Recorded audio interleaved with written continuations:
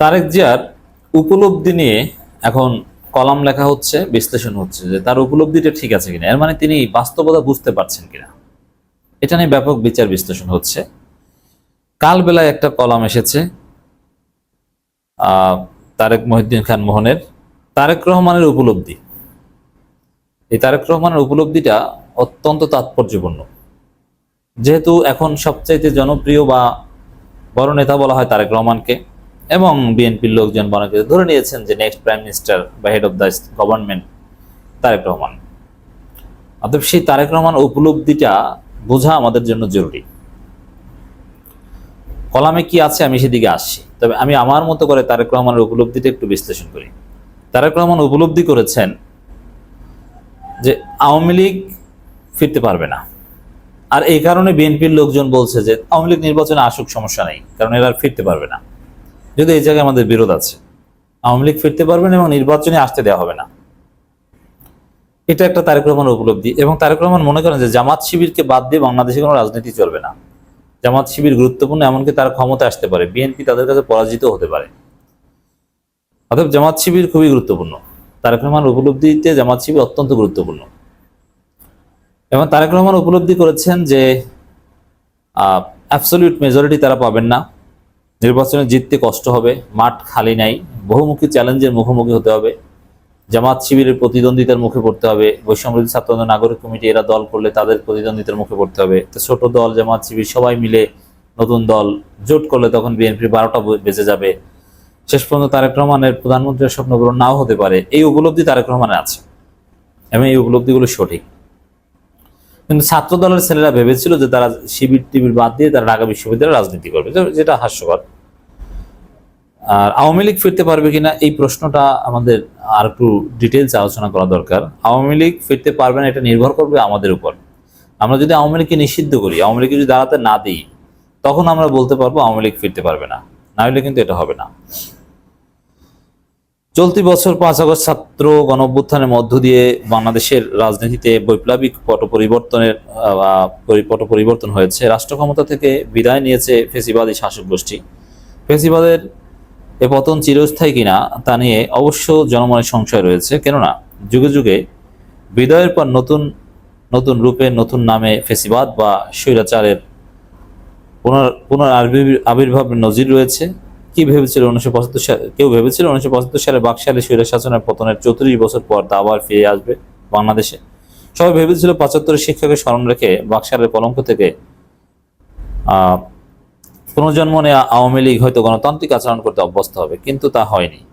কিছুদিন পরেই তাদের কথাবার্তা, আচার আচরণ গণতান্ত্রিক মনে হলেও দেশবাসীর ভুল ভাঙতে বেশি দিন লাগেনি। প্রধান প্রতিদ্বন্দ্বী দল বিএনপি সাংগঠনিক দৌর্বল্য ও এলোমেলো সিদ্ধান্তের ফলে যখন তারা বুঝতে পারল যে তাদের সামনে আর কোনো শক্ত বাধা নেই, অমনি স্বমূর্তিতে আবির্ভূত হতে বিলম্ব করেনি। বলা যায় 72-75-এর চেয়ে শতগুণ ভয়ঙ্কর রূপেই তারা ফিরে আসে। ফলে ঘরপোড়া গরুর সিঁদুর মেঘ দেখে ভীত হয়ে ওঠার মতো অনেকে শঙ্কিত আপাতত ঐক্যবদ্ধ জাতির কোনো ভুল আবার কথিত আওয়ামী লীগে ফিরে আসার সুযোগ পায় কিনা। এই যে বললাম, আমাদের বরং 75 থেকে শিক্ষা নিতে হবে যে একবার 75 ঘটার পরও আওয়ামী লীগ আবার ফিরে এসেছে, অতএব এবার আওয়ামী লীগকে ফিরতে দেওয়া যাবে না। অ্যাট এনি কস্ট আমাদেরকে আওয়ামী লীগকে ঠেকিয়ে দিতে হবে, আওয়ামী লীগ ফেরার সমস্ত রাস্তা আমাদেরকে বন্ধ করে দিতে হবে। হ্যাঁ, এটাই করতে হবে। তবে ওই যে আগে যেরকম বিএনপি ভুল করেছিল, বহুদলীয় গণতন্ত্রের নামে জিয়াউর রহমান আওয়ামী লীগকে পুনর্বাসন করেছিল, একটা ভালো চিন্তা থেকে ভেবেছিল যে ভালো হয়ে যাবে, থাক। কিন্তু না, এইবার তারেক রহমানের উপলব্ধি হতে হবে। এখন পর্যন্ত তারেক রহমান এই উপলব্ধি হয়নি। তারেক রহমান ভেবেছিল বা তারেক রহমান মনে করেন যে আওয়ামী লীগ ফিরতে পারবে না, অতএব ভোটে আসলে সমস্যা নেই, জনগণ ভোট দিবে না, তারপরে এমনিতেই দুর্বল হয়ে যাবে। না, আপনি নির্বাচনে অংশগ্রহণ করার সুযোগ দিলেই এদের রাজনীতি, এদের মেধা, এদের সমর্থন আপনি জানেন না, বিএনপির চাইতে বড় দল হয়ে যাবে। এমনকি এই যে আওয়ামী লীগ হয়েছে, ফেসিবাদী হয়েছে, বাকশাল 2 অমুক তমুক, এগুলোর পেছনে বিএনপির দায় আছে। বিএনপি ব্যর্থ হয়েছে বলে এটা পেরেছে। এই শিক্ষার্থীদের মতো যদি বিএনপি একটা ঘটনা ঘটিয়ে দিতে পারত 2014 সালে বা 13 সালে, বা বিএনপি যদি ভারতের খপ্পরে না পড়তো, তাহলে আওয়ামী লীগ এতদূর আসতে পারতো না। অতএব আওয়ামী লীগের এই ফেসিবাদী হয়ে ওঠার পেছনে ডেফিনেটলি বিএনপির দুর্বলতা দায়ী, এটা এই কলামে উঠে এসেছে। আর তারেক রহমানের উপলব্ধি ঠিক নয়। উপলব্ধি হতে হবে এরকম যে আওয়ামী লীগ ফিরতে চাইবে, নির্বাচনে অংশগ্রহণ করার সুযোগ দিলেই তারা নানান ফন্দি ফিকিরে ফিরবে। অতএব আওয়ামী লীগকে নিষিদ্ধ করতে হবে, নির্বাচনে অংশগ্রহণ করার কোনো সুযোগ দেওয়া যাবে না। আমাদের এই জায়গায় ঐক্যমত হতে হবে, তারেক রহমানকে এই উপলব্ধি করতে হবে। রাজনীতি সচেতন ব্যক্তিরা বলছেন, দীর্ঘ 15.5 বছর লীগ সরকার বিরোধী আন্দোলনে রাজপথে থাকা দলগুলো এবং জুলাই আগস্টে গণঅভ্যুত্থানে নেতৃত্ব দানকারী ছাত্র সংগঠনগুলো যদি বড় ধরনের কোনো ভুল না করে, তাহলে আওয়ামী লীগের রাষ্ট্র ক্ষমতায় ফিরে আসার সম্ভাবনা সুদূর করা হতো। ফিরতে পারবে না, এটাই হচ্ছে সত্য কথা, ফিরতে পারবে না। বিএনপি সঠিক পথে না আসলেও আমরা আওয়ামী লীগকে ফিরতে দিব না, সহজ কথা। এই দিক থেকে আমরা বলছি যে না, আওয়ামী লীগ ফিরতে পারবে না। তবে এটা মনে রাখতে হবে, কথিত স্বৈরাচার সবসময় সচেষ্ট থাকে যে ফাঁক ফোকর সৃষ্টি হতে পারে বিজয়ী পক্ষের অনৈক্যের কারণে। এখন বিএনপি তো অনৈক্য, এই যে বিএনপি আওয়ামী লীগকে আনতে চায়, আওয়ামী লীগ নির্বাচন করুক, সমস্যা নেই, এটাই তো অনৈক্য। এই জায়গাটাই হয়তো বা বোঝানো হচ্ছে। 2009 থেকে 2024-এর 4 আগস্ট পর্যন্ত এই 15-16 বছরের ফ্যাসিস্ট আওয়ামী লীগ বাংলাদেশে যে ভয়াবহ তাণ্ডব চালে, সে দুঃসহ স্মৃতি এখন দেশবাসীর মনে তরতাজা।